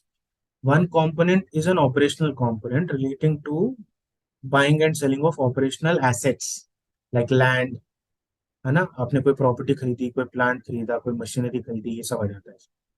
फिर अगर आपने कोई बिजनेस खरीदा या बेचा, तो वो आ जाता है आपके इन्वेस्टमेंट्स में। सो वो भी आपका आ जाएगा कैश फ्लो फ्रॉम इन्वेस्टमेंट, क्योंकि it is called an investment. तीसरा, आपने कोई इक्विटी खरीद लिया, पब्लिक इक्विटी में इन्वेस्ट कर दिया या म्यूचुअल फंड में इन्वेस्ट कर दिया, तो वो आपके आ जाएंगे मार्केटेबल सिक्योरिटी। तो एनी इनफ्लो और outflow related to these items is your cash flow from investing activity. अगर इनफ्लो है तो वो पॉजिटिव होगा, अगर वो आउटफ्लो है तो वो नेगेटिव होगा। As simple as that. Now let's look at some examples. So as you can see, purchase of property plant equipment, it is a negative number क्योंकि it is a cash out. Proceeds from sale of property, तो आपने कोई property बेची तो आपको पैसे आए, तो वो हो गया आपका positive. Purchase of non current instruments, आपने परचेज किया मतलब कैश आउटफ्लो है, तो वो हो गया नेगेटिव। आपने परचेज किया इन्वेस्टमेंट्स, तो वो हो गया नेगेटिव क्योंकि कैश आउटफ्लो हो रहा है, वो नेगेटिव हो गया। आपने proceeds from sale of current investments, तो कुछ बेचा, कैश आएगा, तो वो पॉजिटिव हो गया, राइट? इस तरह से आप देखो, आपने इंटरेस्ट रिसीव किया, वो पॉजिटिव है। आपने डिविडेंड इनकम रिसीव किया, वो पॉजिटिव है। वो इनफैक्ट जीरो है बट वो पॉजिटिव है। So as simple as that, right? कोई भी प्रॉपर्टी प्लांट इक्विपमेंट हुआ, इन्वेस्टमेंट हुआ, आपके डिविडेंड्स वगैरह हुए, वो सारे आपके आ जाते हैं। अब इन्वेस्टमेंट रिलेटेड कैश फ्लो, जैसे आपने मान लो किसी कंपनी में इन्वेस्ट किया, आपकी कंपनी ने दूसरे कंपनी में इन्वेस्ट किया, उस कंपनी ने डिविडेंड दिए, आपको डिविडेंड आए, तो कैश इनफ्लो हो गया। तो चूंकि वो इन्वेस्टिंग रिलेटेड डिविडेंड है, तो वो मैं अपने डिविडेंड वाले बास्केट में डालूंगा। अगर आप देखो यहाँ कि ये जो डिविडेंड इनकम है, आपने पीएनएल में सब्सट्रैक्ट किया होगा, क्योंकि सॉरी, आपने कैश फ्लो फ्रॉम ऑपरेशंस में उसको सब्सट्रैक्ट किया होगा और यहाँ आप वापस से उसको ऐड कर रहे हो। तो that is the adjustment that you are doing. आप वहां से हटा रहे हो, यहाँ डाल रहे हो, क्योंकि it is rightfully part of the investing, cash flow from investing. So, some of the important points to remember is कि when property, plant and equipment is purchased, it will show as cash outflow. It indicates that the company has incurred capital expenditure. इससे आपको पता चलता है कि company कहाँ पे पैसा खर्च कर रही है। अगर मान लो लैंड खरीद रही है या बिल्डिंग खरीद रही है या कोई इक्विपमेंट खरीद रही है, तो you can get a sense of कि केपेक्स हो रहा है, मतलब फ्यूचर ग्रोथ आने वाला है, उससे आपके रेवेन्यू बढ़ेंगे। तो ये एक बहुत इंपॉर्टेंट पैरामीटर होता है इन्वेस्टर के लिए, क्योंकि इससे आपको पता चलता है कि ग्रोथ में इन्वेस्टमेंट हो रही है, राइट? अगर आप मान लो मेजोरिटी ऑफ द पैसा केवल म्यूचुअल फंड्स में इन्वेस्ट हो रहा है, तो वहां से ग्रोथ का आइडिया नहीं लगता, क्योंकि वो कैपिटल एक्सपेंडिचर नहीं है, उससे रेवेन्यू ग्रो नहीं करेगी, उससे अदर इनकम बढ़ेगा। Other income is not part of my core operation. Similarly, on sale of property, plant and equipment, cash will flow into the company. Purchase of investments will lead to cash outflow. Redemption या sale of investments will lead to inflow of cash. As simple as that, right? तो investing में हमने देख लिया, investing में basically कोई भी आप प्रॉपर्टी खरीदते हो, इन्वेस्टमेंट खरीदते हो, किसी दूसरी कंपनी को खरीदते हो, ये सारे आपके इन्वेस्टिंग आते हैं। इनसे कोई भी रिलेटेड कैश इनफ्लो या आउटफ्लो जो है, वो cash flow from investing activity में कैप्चर होता है, राइट? अभी इससे आपको एज एन इन्वेस्टर क्या पता चलता है कि बिजनेस में किस तरह का एक्सपेंडिचर हो रहा है, long term point of view से या short term point of view से। इससे ये भी पता चलता है कि कंपनी जो है अपने कैश को कैसे डिप्लॉय कर रही है, किस तरह के बिजनेसेस में डाल रही है या म्यूचुअल फंड्स में डाल रही है, इससे आपको ये भी पता चलता है कि किस तरह का केपेक्स होने वाला है from 3 years 5 years point of view, right. ये सारा इंफॉर्मेशन आपको कैश फ्लो फ्रॉम इन्वेस्टिंग से पता चलता है। अभी now let's get into cash flow from financing. Financing is all about sources of funds. अभी एक बिजनेस के लिए क्या सोर्सेज ऑफ फंड्स होते हैं आप बताओ, राइट। अगर ये मेरा बिजनेस है तो मैं किस तरह से पैसे रेज कर सकता हूँ? या तो मैं इक्विटी रेज कर सकता हूँ, या तो मैं डेट रेज कर सकता हूँ, राइट। यही दो सोर्सेज ऑफ फंड्स होते हैं, या इनका एक मिक्स होता है जिसको कि मेजनाइन फाइनेंसिंग कहते हैं। ओके, यही दो तरीके होते हैं फंड्स रेज करने के। तो अगर आप देखोगे तो this shows net inflows of cash that are used to fund the company. Simple सी बात है, इसमें कोई भी ट्रांजैक्शन इक्विटी रिलेटेड या डेट रिलेटेड या डिविडेंड रिलेटेड होगा तो वो सारे cash flow transactions will be part of my cash flow from financing activity statement. Simple सी बात है। कोई आप इक्विटी खरीदोगे सो उससे रिलेटेड या तो कैश इनफ्लो या आउटफ्लो। इशू ऑफ डेट, अगर आपने डेट रेज किया है तो उससे रिलेटेड इनफ्लो या आउटफ्लो। अगर आपको डिविडेंड्स मिल रहे हैं तो उससे related inflow, dividend is inflow. ठीक है। अभी हम देखते हैं, जैसे इसमें आप क्लियरली देखोगे repayment of borrowing, it is a debt repayment, you are repaying your debt, so it's a cash outflow negative number. Repayment of lease, it's a cash outflow, it's a negative number. Finance cost, अभी आप देखो finance cost हमने cash flow from operations में हमने add back किया था, अभी हम वापस से सब्सट्रैक्ट कर रहे हैं क्योंकि हम वो एडजस्टमेंट कर रहे हैं। Dividend paid to equity investors, it's a cash outflow, so it's again it's a negative number, right. ये सारी चीजें जो है ये फाइनेंसिंग रिलेटेड है, इसीलिए कैश फ्लो फ्रॉम फाइनेंसिंग में आती है। Once you look at multiple, दो तीन तीन चार आप मतलब कैश फ्लो स्टेटमेंट देखोगे तो आपको ये लाइन आइटम्स जो है ना ये जानी पहचानी लगेंगी कि हाँ ये सही दिखा रहे हैं, ये फाइनेंसिंग रिलेटेड आइटम है इसलिए इसको यहाँ पे डालें, इन्वेस्टिंग रिलेटेड आइटम को सीएफआई में डालेंगे, ऑपरेशंस रिलेटेड आइटम को सीएफओ में डालेंगे। इस तरह से आप रिलेट कर पाओगे इन आइटम से। जितना ज्यादा आप पढ़ोगे आपको उतना ज्यादा समझ में आएगा। फाइनली मेरा CFI plus CFO plus CFF will give me my net cash, which is what they have done here। इन्होंने ए बी और सी तीनों को जोड़ दिया और ये हमारा नेट कैश आ गया, ये हमारा नेट कैश आ गया। ठीक है, एज सिंपल एज दैट। सो अभी आप देखो, कोई भी जैसे मान लो क्यूआईपी हुआ, qualified institutional placement, so it is a way of issuing new equity shares. Company is issuing new equity, new equity मतलब इक्विटी रेज कर रही है। सो ये सीएफआई का पार्ट बनेगा, सीएफएफ का पार्ट बनेगा क्योंकि ये फाइनेंसिंग एक्टिविटी है और इससे कैश अंदर आ रहा है, बिजनेस में इनफ्लो हो रहा है। Raising of funds via rights issue, rights issue में आप फिर से इशू इक्विटी शेयर्स इशू करते हो, again that is cash flow inside, funds raise कर रहे हो। आप रेजिंग ऑफ डेट, आप डेट रेज कर रहे हो बैंक से आपको डेट मिल रहा है, again it's a positive. Repayment again is negative क्योंकि आप पैसा वापस दे रहे हो। अगर आपको कोई डिविडेंड रिसीव होती है, रिसीव होना इज इन्वेस्टिंग क्योंकि आपने इन्वेस्ट किया उसके लिए आपको डिविडेंड मिला, बट पेमेंट ऑफ डिविडेंड जाता है आपके इक्विटी शेयर होल्डर्स को, तो वो आपकी फाइनेंसिंग एक्टिविटी में आएगा। ठीक है। बायबैक ऑफ शेयर्स, आपने अपने इक्विटी शेयर्स वापस से खरीद लिए, सो वो कैश आउटफ्लो हुआ and it is a financing activity. So I hope these examples are clear and you can relate to कि ये क्यों फाइनेंसिंग है और and when is it positive and when it is negative, right.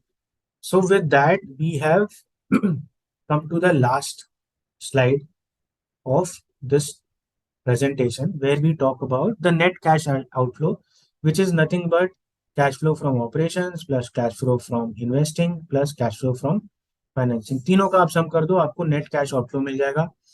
It is also equal to मेरा total cash inflow minus total cash outflow. तो this also tells me कि भाई मेरा at the end of the year क्या situation है।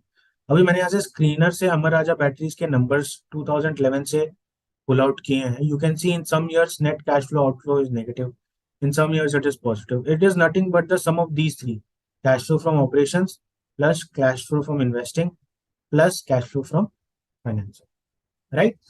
Now what we will do is let's go to screener and look at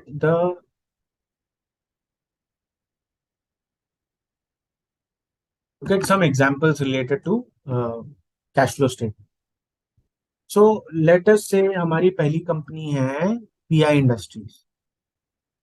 अभी pi नीचे जाएंगे तो क्वार्टरली रिजल्ट्स आएगा, उसके नीचे एनुअल रिजल्ट्स आएगा, उसके नीचे बैलेंस शीट आएगा, उसके बाद आपका कैश फ्लो आएगा। अभी कैश फ्लो में आप देखो स्क्रीनर पे, इट वेरी क्लियरली टेल्स कि भाई ये मेरा तीन तीन बकेट्स हैं और तीनों के नंबर्स हैं। अभी आप इस पे क्लिक करोगे तो you can see the breakup, right. Cash flow from operations में they have adjusted for receivables, they have adjusted for inventory, they have adjusted for payables and other working capital changes करने के बाद इनका minus, sorry, cash flow from operations is 529 crores। अभी this is what I was pointing to. ये देखो, ये profit from operations है ना आपके, ये 1231 crores या 1020 crores, ये आपके ऑपरेटिंग प्रॉफिट से मैच करेंगे मोटा मोटा।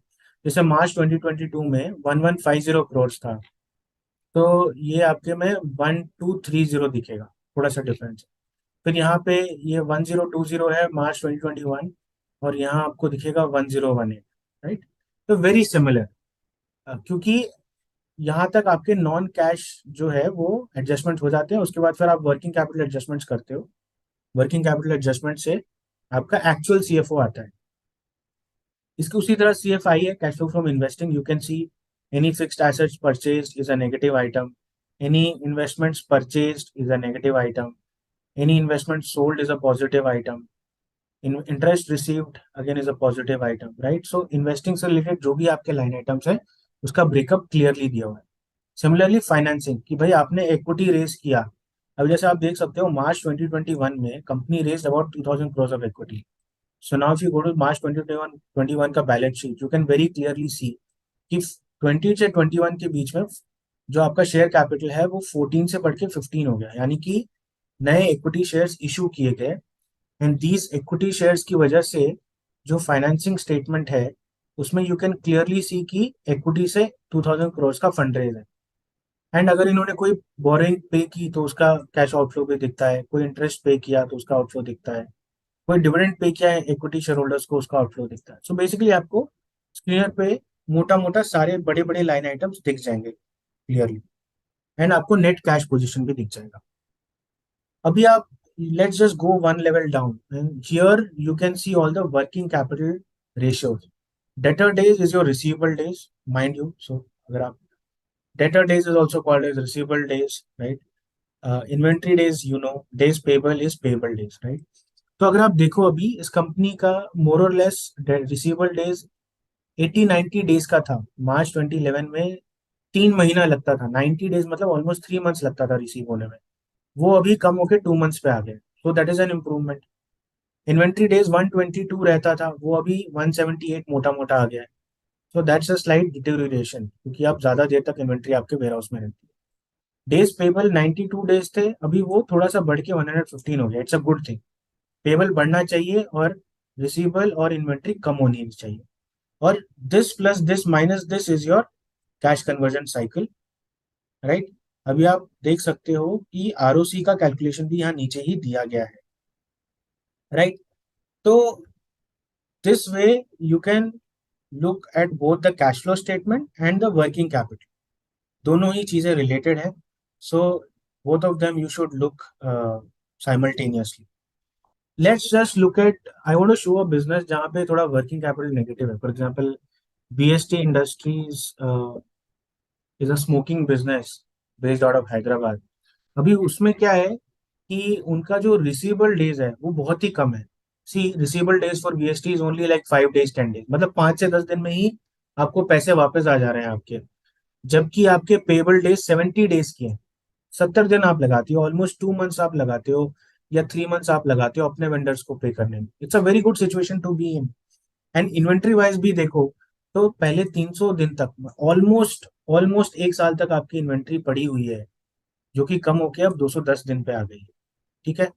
सो इन्वेंट्री टर्नओवर बढ़ गया है, which is a good thing. So अगर आप मोटा मोटा कैश कन्वर्जन या वर्किंग कैपिटल डेज देखो तो एक्चुअली नेगेटिव है। मतलब आपको पैसा पहले आ रहा है और आप बाद में पे कर रहे हो। That is a good situation to be.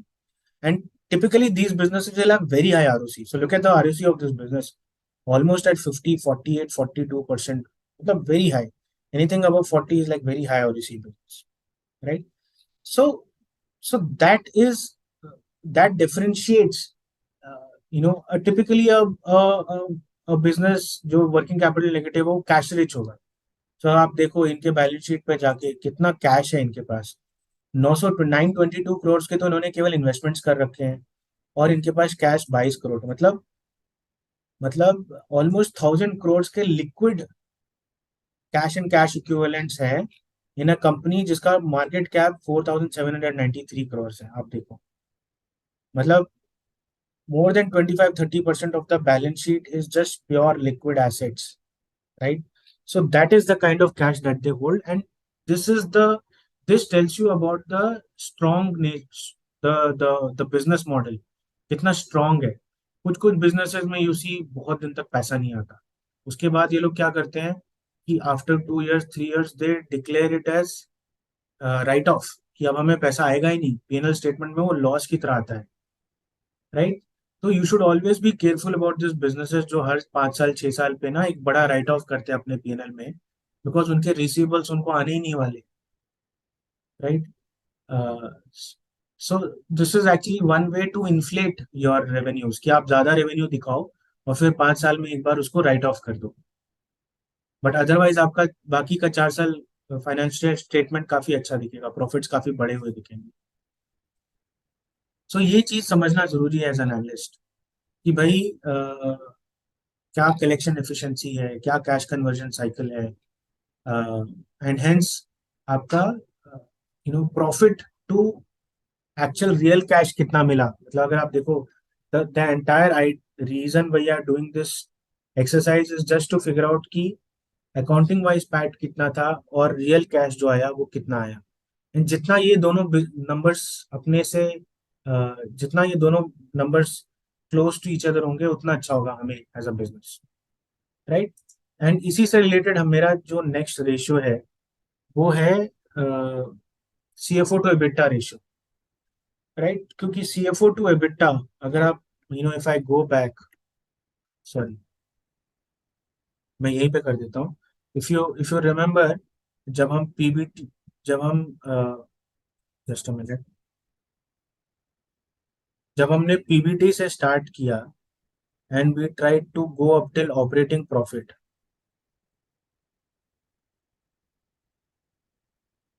तो ये हमारा क्या हुआ, एबिटा ही तो है.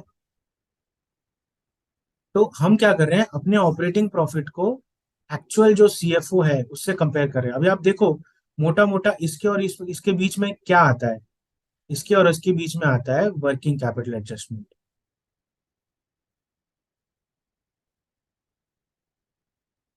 सो अभी जितना ज्यादा वर्किंग कैपिटल एफिशिएंट होगा, आप देखोगे कि आपका actual cash flow is more closer to the operating profit. तो जो आपका CFO टू एबिटा रेशियो है, जस्ट अ मिनट, उतना अच्छा होगा. I mean bigger the better, क्योंकि आप जो एबिटा है उसको CFO में कन्वर्ट कर पा रहे हो, क्योंकि आपके वर्किंग कैपिटल में पैसा अटका नहीं है. तो typically a good business will have more than 70% CFO to EBITDA ratio, है ना. एंड ये जो नेगेटिव वर्किंग कैपिटल बिजनेस होती हैं उनमें तो ये और भी अच्छा होता है, राइट. बट टिपिकली आप देखोगे कि जो B2B बिजनेसेस होंगी उनमें ये रेशियो थोड़ा कम होगा वर्सेस B2C, क्योंकि B2C में क्या है, आप हैंड इन हैंड ट्रांजेक्शन करते हो ना, अपने कस्टमर को बेचा, कस्टमर ने आपको उसी टाइम पे पैसे दिए. B2B में ऐसा नहीं है, कस्टमर को आप पैसे देते हो वो आपको 3 महीने 6 महीने बाद पैसे देता है, तो उसमें वर्किंग कैपिटल में ज्यादा पैसे अटकते हैं, वहां पे CFO टू एबिटा रेशियो कम होता है. तो अगर आप एक एनालिस्ट हो और आप बिजनेस को स्टडी कर रहे हो, तो आप प्लीज इस रेशियो को कैलकुलेट करके देखो कि ऑन पेपर P&L में कितना ऑपरेटिंग प्रॉफिट दिखा रहे हैं और एक्चुअल CFO जो है वो कितना डिफरेंट है. ठीक है. ये difference basically working capital adjustments की वजह से ही आता है. तो ये जितना कम होगा उतना अच्छा होगा, राइट.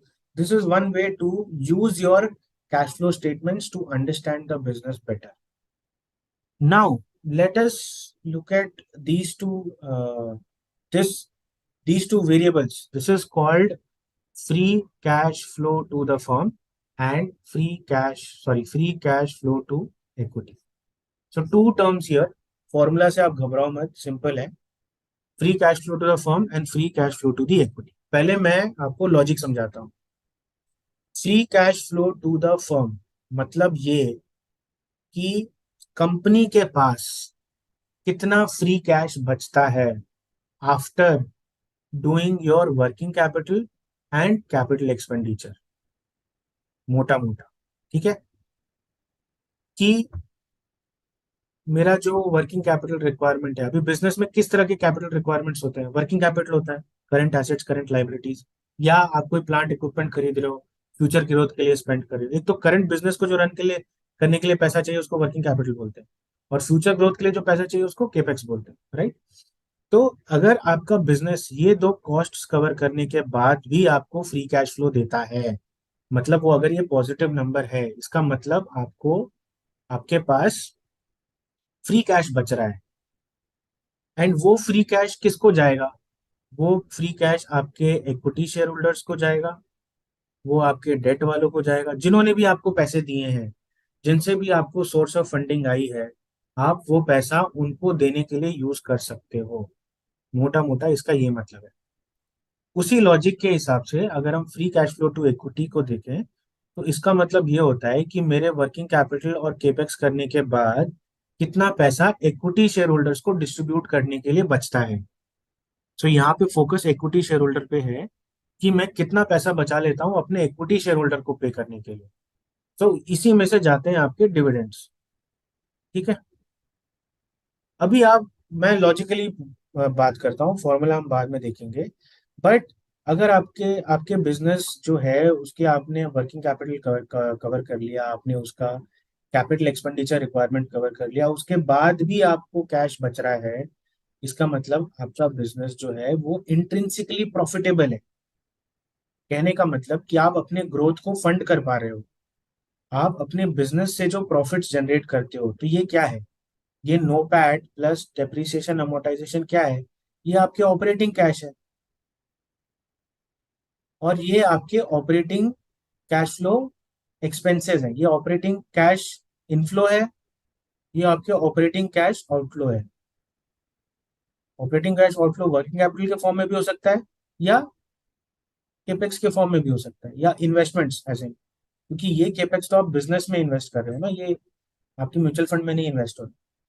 तो इतना करने के बाद भी अगर आपके पास कैश बचता है, इसका मतलब आपका बिजनेस इंट्रिंसिकली प्रॉफिटेबल है. अगर ये पैसा आप अपने बिजनेस में वापस से री इन्वेस्ट करते हो और उसको 20% 30% सीएजीआर से ग्रो करवाते हो, तो फिर आपका एक मल्टी बैगर बिजनेस निकल के आता है. इसीलिए हम, मी एज इन्वेस्टर्स और lot of very good investors, we try and calculate कि भाई ये बिजनेस का फ्री कैश फ्लो पॉजिटिव है कि नहीं. अगर ये फ्री कैश फ्लो पॉजिटिव है तो बहुत अच्छी बात है. बट अगर ये फ्री कैश फ्लो पॉजिटिव नहीं है, तो मेरा फिर नेक्स्ट क्वेश्चन होगा कि ये free free cash flow positive कब होने वाला है? आज होगा, कल होगा, परसों होगा, या 2 साल बाद होगा, 5 साल बाद होगा, कब होगा? क्योंकि me as an equity share holder, मुझे तो पैसा तभी बनेगा ना जब मेरी बिजनेस का free cash flow to the firm होगा. अगर फ्री कैश फ्लो ही नहीं है, इसका मतलब बिजनेस अपने ग्रोथ को फंड नहीं कर पा रहा. तो आप देखो, टिपिकली जो businesses free cash flow positive नहीं होती हैं, फ्री कैश फ्लो नेगेटिव होती हैं, वो बार बार मार्केट में आती हैं डेट रेस करने के लिए, इक्विटी रेस करने के लिए, क्योंकि उनको कैपिटल चाहिए ग्रो करने के लिए. वो खुद से प्रॉफिटेबल नहीं है. उनका खुद का जो आरओई आरओसी है वो फ्यूचर बिजनेस को फंड नहीं कर पा रहा. आप देखो, कुछ कुछ इतने प्रॉफिटेबल बिजनेस होते हैं, आईपीओ करने के बाद वो कभी मार्केट के पास नहीं जाते. उनको कोई क्यूआरपी नहीं करना, कोई राइट्स इशू नहीं करना. और कुछ कुछ बिजनेसेस लॉस मेकिंग होती हैं, every time they have to go to the investor and get more funds. तो वन वे टू इवेल्युएट कोई कोई बिजनेस कितना फंडिंग कर रहा है, कोई कितना बार बार मार्केट में जाके फंड्स रेज कर रहा है, इसका मतलब ये कि उसको पैसे की जरूरत है. इसका मतलब ये कि वो अपने इंट्रिंसिकली बिजनेस से प्रॉफिटेबल उतना नहीं है, या अपने ग्रोथ को फंड नहीं कर पा रहे. राइट? तो इस चीज पे आप ध्यान दीजिए. इसमें नेक्स्ट लेवल जाके देखिए कि ये इन्वेस्टमेंट क्यों हो रहा है, ये फंडरेज क्यों हो रहा है, बिजनेस का आरओई आरओसी ठीक ठाक है कि नहीं। तो one of the ways to basically look at that कि आप 5 या 10 साल का क्यूमुलेटिव, 5 साल 10 साल का क्यूमुलेटिव फ्री कैश फ्लो आप एडअप करो और देखो वो पॉजिटिव नंबर है या नेगेटिव नंबर है। अगर वो पॉजिटिव नंबर है, इसका मतलब over a 5 year period business ने एक्सेस कैश जनरेट किया है, जो कि या तो डिविडेंड्स में पे किया होगा या अपने डेट को रीपे करने के लिए यूज किया होगा। अगर नेगेटिव है, इसका मतलब आपका बिजनेस जो है अपने ग्रोथ को फंड नहीं कर पा रहा। इसका मतलब मोस्ट लाइकली इस बिजनेस के डेट बोरोइंग्स बहुत होंगी, या कल को इनको कोई भी एक्सपेंशन करना होगा ना, तो या तो ये मार्केट में क्यूआईपी आएंगे या तो ये बैंक के पास जाके डेट रेज करेंगे। दोनों ही केसेस में प्रॉब्लम है। अगर क्यूआईपी करते हैं तो फिर मेरा जो है वो डाइल्यूशन हो रहा है, इक्विटी डाइल्यूशन हो रहा है एज एन इन्वेस्टर। अगर ये डेट रेज करते हैं तो फिर मेरा जो फ्री कैश फ्लो है वो बेसिकली इंटरेस्ट पेमेंट के लिए यूज हो रहा है। आइडियली एज एन इन्वेस्टर मैं दोनों ही ना चाहूँ, राइट। डेट होना बुरी बात नहीं है, बट ऑप्टिमम क्वांटिटी में होना चाहिए। ठीक है। तो मोटा मोटा अगर आप इसका लॉजिक समझोगे तो फॉर्मूलाज बड़े ही सिंपल है। ये आपके ऑपरेटिंग कैश फ्लो इनकम है, ठीक है। एंड ये आपके कैश आउटफ्लो है इन terms of in working capital, capex. और अगर आप इक्विटी के लिए कैलकुलेट करें तो जो बोरिंग होती है वो भी आपके डेट इक्विटी शेयर होल्डर्स के लिए अवेलेबल होती है। इसलिए देखो बहुत सारी बिजनेसेस क्या करती है, वो बोरो करके डिविडेंड देती है। मतलब ऐसे भी बिजनेसेस हैं, they will raise debt and they will use that money to pay you dividends. तो इस लेवल पे लोग चूना लगा रहे हैं, है ना। तो आप ये देखना कि जो भी आपको डिविडेंड आ रहे हैं एज एन इन्वेस्टर, वो आपको फ्री कैश फ्लो से जेन्युइनली जनरेट हो रहे हैं या फिर वो बैंक से बोरो करके आपको इधर से लिया और उधर दिया वाला हाल है, राइट। इतना आप ये अंडरस्टैंडिंग आपको फ्री कैश फ्लो इक्विटी और free cash flow to the firm से ही आएगी। हम इसको जब डीसीएफ कैलकुलेशन या वैल्यूएशन डिस्कस करेंगे तब भी डिस्कस करेंगे। But I thought as an investor आप कोई भी बिजनेस को समझो तो आप प्लीज उसका ये कैलकुलेशन करो, free cash flow to the equity and free cash flow to the firm, and conclude कि over a 5 year 10 year period it is generating excess cash. अगर नहीं तो then go deeper and see की problem कहाँ पे है। ठीक है। So with that I think we have covered majority of what we wanted to do in the cash flow statement. आपके कोई भी डाउट्स है आप प्लीज मुझे हमारा जो ऐप है उस पर मैसेज कीजिए। I will solve your problems one on one, ठीक है। And you if you haven't downloaded the app, please download our app Wealth Culture. We are providing both advisory services as well as teaching on this app. So it will become like a one source app for all your investing needs, whether you want to learn or you want to take advice from us, right? And we are SEBI registered, by the way. So, so from compliance perspective, we are already a SEBI registered firm. We are a research analyst, right? So that concludes my cash flow statement. I hope this session was helpful to you. Please start reading more and more of financial statements ताकि आपको पढ़ना आ जाए। मतलब पहली बार में नहीं आएगा, आप 3 से 4 एटलीस्ट जब तक पीएनएल कैश फ्लो स्टेटमेंट नहीं स्टडी करोगे तब तक आपको इसका फील नहीं आएगा। आपको नंबर्स कैसे फ्लो कर रहे हैं उसका आपको फील नहीं आएगा। इनफैक्ट हम जब एक एनुअल रिपोर्ट स्टडी करेंगे तो हम इस चीज को वापस से एक बार you know we'll re go through all the three statements and the linkage between them. But अगर आपको लिंकेज समझना है तो मैंने इस सेशन के स्टार्टिंग में ही वो जो नूडल्स वाला एक्सपेरिमेंट लिया था उसको जाके एक बार आप फिर से देखो, right. So that I will and this session and let me know if you have any questions. Okay.